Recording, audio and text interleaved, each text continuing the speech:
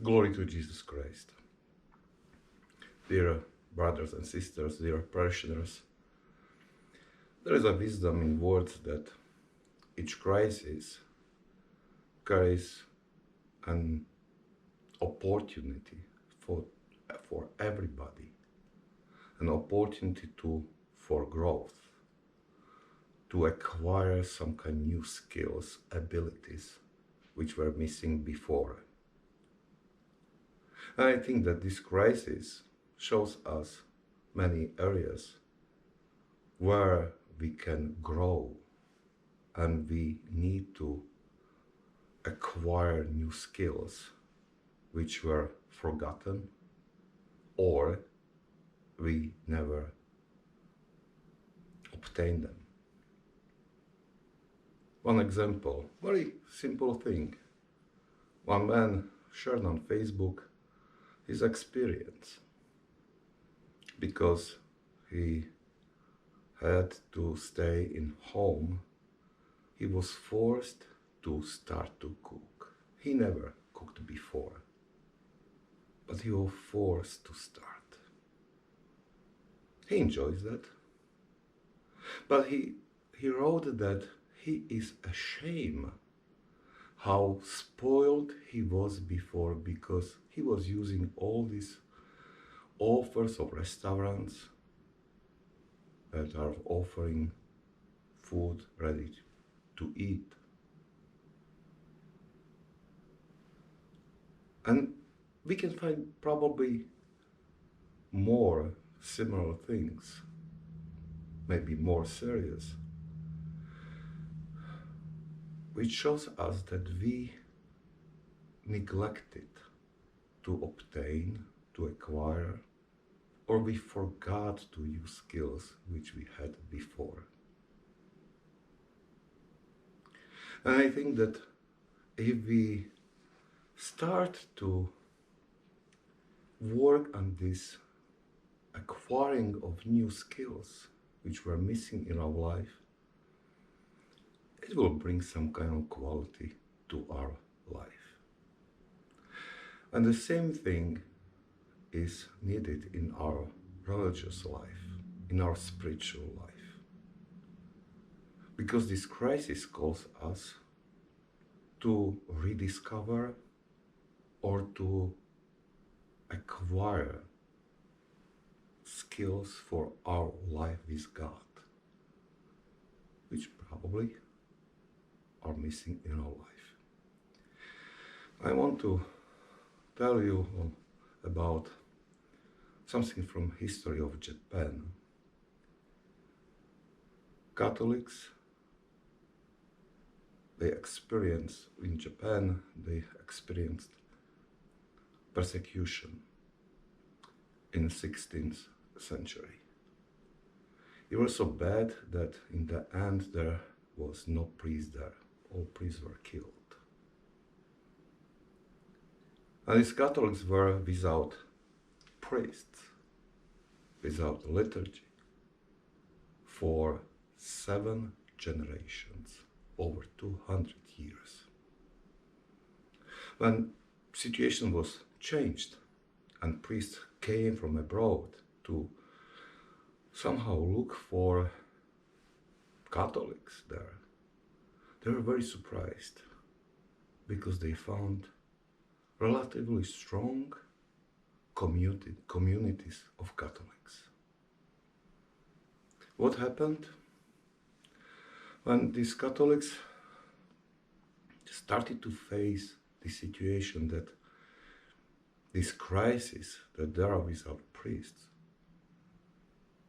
they took personal responsibility for their own faith and for evangelization of new generations. They found a way how to keep their faith, Catholic faith, alive, and how to keep this living faith in hearts of future generations. And they were able to do it for 200 years. We are not in this kind of situation because, wow, churches are closed. There is no public liturgies, but still, if there is a need, for sure you can receive sacraments. And with help of mass media, we can get all spiritual guidance and encouragement if we need. But still, this situation is calling us to realize our own responsibility for our faith. Not to wait when we are going to be served, but to make active steps to make our faith firm. It would be great if fathers in our families would receive and realize this responsibility, and if they would become priests in their families who gather whole family not only for prayer but for spiritual education and encouragement. It would be great if parents realize their responsibility to be the first teachers of faith for their children, and not to wait for catechists and priests and for ECF classes to teach their children what we are supposed to believe. It would be great if we, as Christians, would take responsibility for our spiritual life, and we would start to study the spiritual law of the gospel, and to start to find ways how to put this law to life. And I would be able to find more examples how we can take our own personal responsibility for our faith in this crisis. And it is not something special. This is something what we are supposed to do anyway. And maybe this crisis is good time for us to rediscover this responsibility which we should realize and fulfill in our lives. So I wish you to use this crisis with wisdom, with this excitement that God gives us challenge to renew our faith, to renew this our responsibility for our personal faith, but for faith of those who we are taking responsibility for our families, children.